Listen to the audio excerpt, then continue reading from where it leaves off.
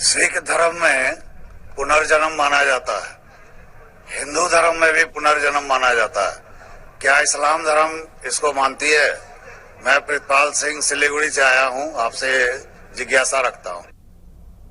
भाई साहब ने सवाल पूछा है कि सिख धर्म पुनर्जन्म में मानता है, हिंदू धर्म मानता है, क्या इस्लाम धर्म मानता है? भाई साहब आप लेट आए सर इधर? नहीं, सवाल आपके पहले सेशन से है क्या? आपने तकरीर में इसका जवाब दे दिया है, लेकिन फिर भी जिज्ञासा है। तो मैंने पूरा जवाब दिया। किस पॉइंट पे जिज्ञासा है आपको? क्या मैंने कहा पुनर का मतलब नेक्स्ट, जन्म मतलब बर्थ, नेक्स्ट बर्थ। इस्लाम भी इसमें मानता है कि इस दुनिया के बाद हम नेक्स्ट दुनिया में आएंगे। ये वेद कहता है, इसमें मुझे कोई डाउट नहीं, कोई शक नहीं। लेकिन ये जो वजूद में आया संस्कारा, इसका जिक्र वेद में नहीं है। ये हिंदू पंडितों ने कहा संस्कारा के बारे में, क्योंकि वो ये नहीं समझा सकते थे कि लोग क्यों गरीब पैदा होते, क्यों लाचार पैदा होते, क्यों कंजेनिटल हार्ट से। तो ये नहीं पता होने की वजह से फिलॉसफी वजूद में आई। लेकिन वेद में सिर्फ लिखा है पुनर्जन्म, जो कुरान में लिखा है, सिख धर्म में भी लिखा है, मुझे कोई एतराज नहीं। लेकिन ये मानना कि बर्थ फिर डेथ, फिर बर्थ फिर डेथ, फिर बर्थ फिर डेथ, ये साइंटिफिकली मुमकिन ही नहीं है। I can give you another quotation why it's not possible. आप समझ रहे ना? तो किस लॉजिक पे आप संतुष्ट नहीं है? मैं आपसे ये जानना चाहता हूं कि जैसे सिख धर्म में ये माना जाता है कि किसी व्यक्ति की मृत्यु हुई है, वो कहीं ना कहीं फिर जन्म लेगा। क्या इस्लाम इसको मानती है? नहीं, कहीं ना कहीं ने सिर्फ एक जगह लेंगे, आखिरी नेक्स्ट जिंदगी।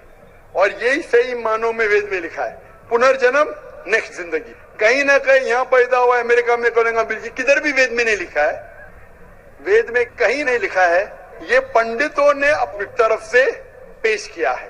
पुनर्जन्म जो कुरान में है और वेद में है, उसके मानी नेक्स्ट लाइफ, ये हम मानते हैं।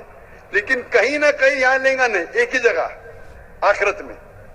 और क्योंकि साइंटिफिकली ये लोग जो कहते संस्कारा, क्या आप अच्छे काम करेंगे तो आप स्वर्ग में जाएंगे, अच्छे काम करेंगे तो अगले जन्म में आप इंसान बनेंगे, बराबर की नहीं? स्वर्ग में जाएंगे तो स्वर्ग में जाएंगे तो आने की जरूरत क्या? फिर स्वर्ग में रहना अच्छा ना, धरती पे क्यों आएंगे? फिर कुछ मतलब में स्वर्ग में जाके फिर वापस आते। अगर स्वर्ग में जाके इनाम मिल गया तो यहाँ वापस क्या आते? अगर नरक में गए तो वापस यहाँ जिंदगी में आके फायदा क्या? अगर आपको सजा मिल गई तो यहाँ फिर आप आके क्यों कुत्ता बिल्ली बनते? अगर आप देखेंगे आज दुनिया में क्राइम बढ़ रहा है क्या घट रहा है? बढ़ रहा है। बढ़ रहा, आप मानते ना? मैं भी मानता हूँ। ये जो फिलोसफी संस्कारा की, अगर बुरे काम करेगा इंसान तो अगले इसमें वो बनेगा लेस, अच्छे काम करेगा तो बनेगा इंसान। क्राइम जब बढ़ रही है, इंसान की तादाद बढ़ रही है क्या घट रही है? मेरे समझ से तो घटनी चाहिए, लेकिन नहीं घट रही है। उसका मतलब लॉजिक गलत है ना आपकी? जी हाँ, बराबर। तो यही लॉजिक है ना, आप मान गए तो कबूल करो। अभी जो पुनर्जन्म है वेद में, सिखिज्म में, इस्लाम में यकसा है। क्या अगली बार जिएंगे, एक बार मरेंगे, अगली बार आपका हिसाब किताब होगा, डे ऑफ जजमेंट। और फिर आप हिसाब किताब के हिसाब से जैसे आपने अमाल किए, जैसे आपने कर्म किए इस दुनिया में, उस तरीके से आप स्वर्ग या नरक में जाएंगे। Hope the answer the question. अब हम चलते हैं माइक नंबर 3 पर। वहां पर अगर कोई गैर मुस्लिम भाई मौजूद हैं तो अपना सवाल कर सकते हैं। माइक नंबर 3 से। আমি গৌতম কুমার সিংহ বলছি, বসরা থেকে এসেছি, উত্তর দিনাজপুর জেলা করণদিঘি থানা থেকে। আমার প্রশ্ন হচ্ছে, মুসলমান হলে কি গোমাংস খেতেই হবে? মানে ব্যাপারটা হচ্ছে, এই প্রশ্নটার উত্তর আমি আগে পেয়ে গেছি। দ্বিতীয় প্রশ্ন হচ্ছে, মুসলমান হলে কি খাতনা করতেই হবে? যদি না খাতনা করি এবং গোমাংস খাই, তাহলে কি মুসলমান হতে পারবো না? उनका सवाल था कि अगर कोई मुसलमान हुआ तो उसके लिए क्या गाय का गोश्त खाना जरूरी है? एक सवाल। और दूसरा सवाल उनका था कि मुसलमान होने के बाद क्या उसको खतना करना जरूरी है? ये दो सवाल। मैं बंगाली नहीं जानता हूँ, लेकिन सवाल समझ गया। समझ गया, गाय को समझ गया। मेरे बंगाली टीवी के ऊपर डबिंग आती, लोग समझते बंगाली जानता हूँ मैं, लेकिन ये सवाल समझ गया मैं, अल्हम्दुलिल्लाह।